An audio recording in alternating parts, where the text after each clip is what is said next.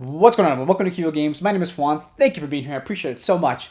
This video is going to be about the games going to retail the week of April 16th. We have a great lineup of games. So many of these games have been talked about so much, and we are now getting them out to retail from Kickstarter or even from now games that have been just kind of on the back end and are now being released. I'm excited to tell you about these games, and let's get this video going. Keep in mind, I am covering the games coming to retail in the US. Therefore, these games may have already been released in other regions of the world. If that is the case, you may already see review videos about it or coverage from other content creators. You may own a copy from going to a convention from early releases.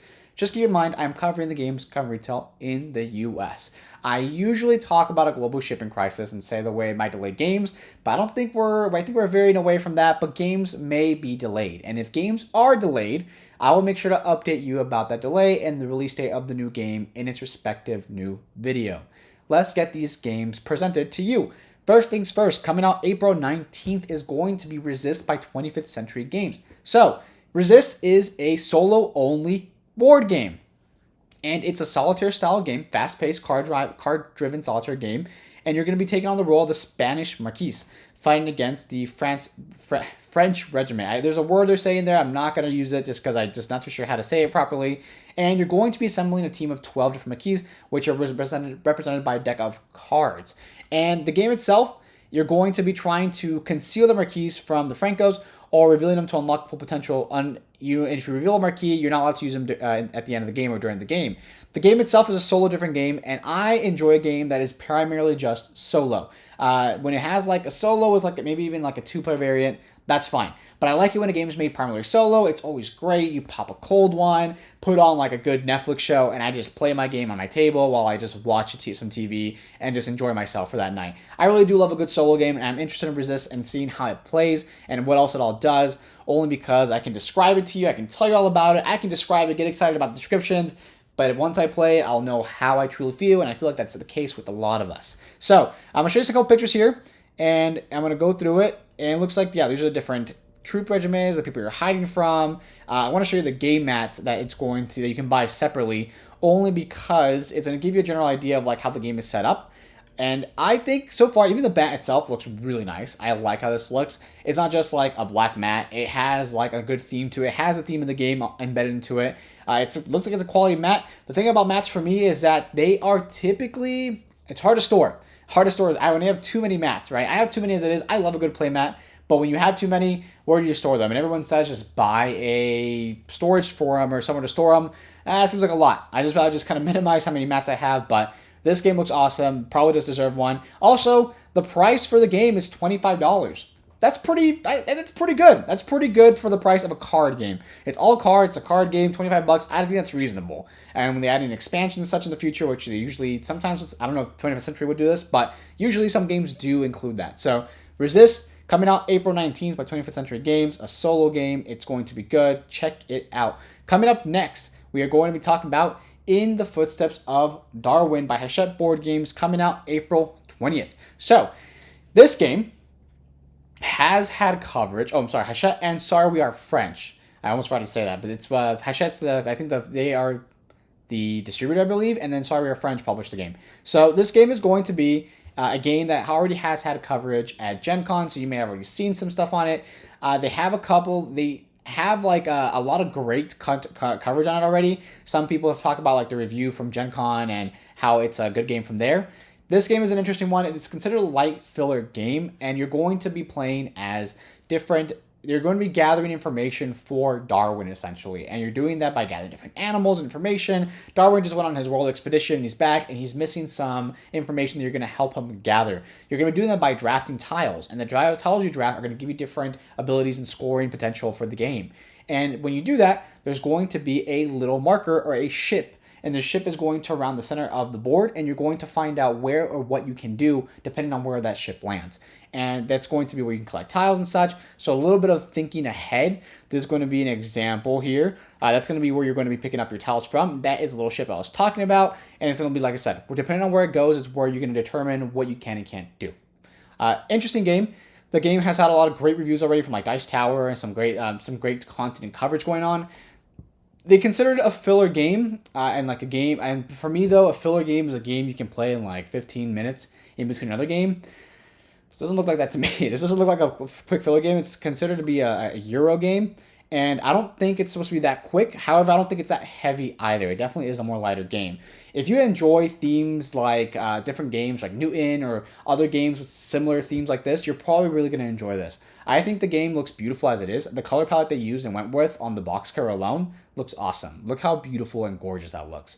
I really do appreciate that. So this game is going to be coming out April 20th. It's going to be called In the Footsteps of Darwin by Hachette and Sorry We Are French. And check it out. The game looks interesting. If you like filler games and themes like this, I recommend this one. Coming up next, coming out April 21st, is going to be Azul Mini.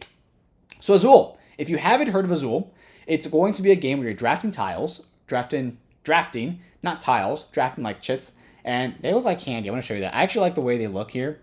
They look like candy, and I think they look so delicious. There's actually a chocolatier, the chocolate reskin for this game, and man, those pieces look really good. Like, they look like you can eat them. I love a good piece of chocolate, honestly. I do love chocolate. It's probably my favorite candy of choice. Cool. So Azul Mini is going to be the portable version of Azul, and you're going to be able to now, it's a pocket size, so take this around with you anywhere. The game itself is pretty straightforward. You're going to be drafting tiles, making different patterns on your board, and the patterns are going to they're going to affect your in-game score, right? So you're going to be scoring, and the score is going to be determined by the patterns you make. And this is going to be a mini version of that. If you don't know what Azul is, look it up. There's coverage everywhere. So for me to kind of go deeper into this, it's going to be a lot. This is just a mini version of Azul. Look it up, and if you know, you know, right? You know what Azul Mini is. This game's coming out April 21st. Coming up next, we have an expansion for Colt Express called Couriers and Armored Train coming out April 21st. Colt Express, Couriers, and Armored Train. So this expansion is going to be an expansion for Colt Express, and I am extremely surprised. Only reason why is because I never knew. I've seen the game, like I've seen the base game before, but I never knew that a train is used as the board. That is so cool. You are on a train, and the board, I want to get behind a better picture of this just because, see this one there. So this is going to be part of your board here, this train, and you're going to be moving your meeples and your pieces within the train itself. And your goal is to be the top bandit when you go in and you're going to hijack the train. And you do that by firing and shooting at your other players and trying to like kind of take their stuff and be, trying to delay them from getting what they need to do. You're going to be punching people, fighting on the train, pushing people off. You're going to be holding people up, trying to take their money, collecting it, and it's all done on the train itself. That is really awesome. Like the fact that it's all done on a train, like that's your board. I thought that was really cool. I never knew that when I saw this game in stores. I look at it, I'm like, oh, cool. I know, like a Colt Express, awesome. But now I am really intrigued. And this expansion is going to bring you some new scenarios, some new like things to consider, a new game mode that you team up in, some new characters to play, some new things and abilities that vary the game a bit. And it's cool. It's because it's another train. Like it's literally another train that you add to it. And all the expansions apparently add another train to the game. That is really awesome. I was really impressed by that. This expansion for Colt Express is coming out April 21st, and it's going to be the Couriers and Armored Train expansion. Coming up next by Paverson Games is going to be Distilled, a spirited strategy game coming out on April 21st. This game has had it was on Kickstarter before, by the way. Now it's coming to retail. It's had a lot of coverage. Like a lot of marketing's been done for this game. I thought the game was coming out a while back ago, but it's coming out. I thought it was going to be released a little while ago, like a while back ago, like at least a year ago. But it's coming out now on April 21st. And it's a game where you're going to be managing resources, fulfilling different recipes. You have some tableau building going on with it, and you're going to try to mitigate your luck mechanics. And you do that, of course, by fulfilling different recipes and getting things to mitigate that luck that's going on. This you're going to be basically, it takes a lot of inspiration from real world distillery processes, and it's a medium heavyweight Euro, and you're crafting alcohol and spirits. One thing about this game that I was really impressed by is just the way it looks. I don't know. I want to show this big picture I looked at. I don't know why it looks really well thought out. Like the colors and such, just it all matches so well. I feel like it's going to be beautiful on a table. And if you're a big fan of, if you like spirits and such, this game might be for you. There's some really fun things going on where you can even like make your own spirit that you add to the game. So like it's one of the things you can actually, a recipe you can fulfill. That's pretty neat. I do enjoy that. This game is one I really want to try out at least one time before I make a really solid opinion about it, only because it looks so nice. But a game, never judge a book by its cover, I guess. Like the game could look beautiful, gorgeous, and then it just doesn't play the way you thought it played until you played it properly. This is going to be Distilled, a spirited strategy game by Couriers Games, coming out April 21st, one that I am definitely looking into. This is going to be another one, right? Pencil First Games was a game that, well, Pencil First Games is a publishing company, and they released a game called Skull Hollow, and now they're releasing Maul Peak, which is a standalone expansion coming out April 21st. Skull Hollow I was actually very, very, very impressed by. I loved Skull Hollow. It's probably my favorite two-player game of all time. Do I own it? No, because I can't find a copy anywhere. But I loved it. I played it at a friend's house, and you're playing as in this Small Peak. You're playing as the Grizzly Bears against a Guardian, and the Guardians are like the monster. They're like the big creature monster that you're fighting as. However, it's one of the playable teams. So you're playing as either one player's playing as the Bears, and one player's playing as the Guardian, and you're going up against each other. Something really cool is that every Guardian is asymmetric.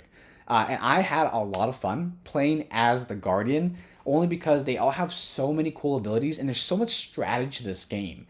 So much strategy that's going on, and each, like I said, each Guardian is asymmetric. So, like, for example, there's like a spider, I believe, that you can shock, that does shockings. There's an octopus thing. Then you move your tentacles around the board, trying to like attack and move the enemy's grizzly bears to try to like take them out. And your goal is to fight each other and kill each other, like fight each other and destroy each other.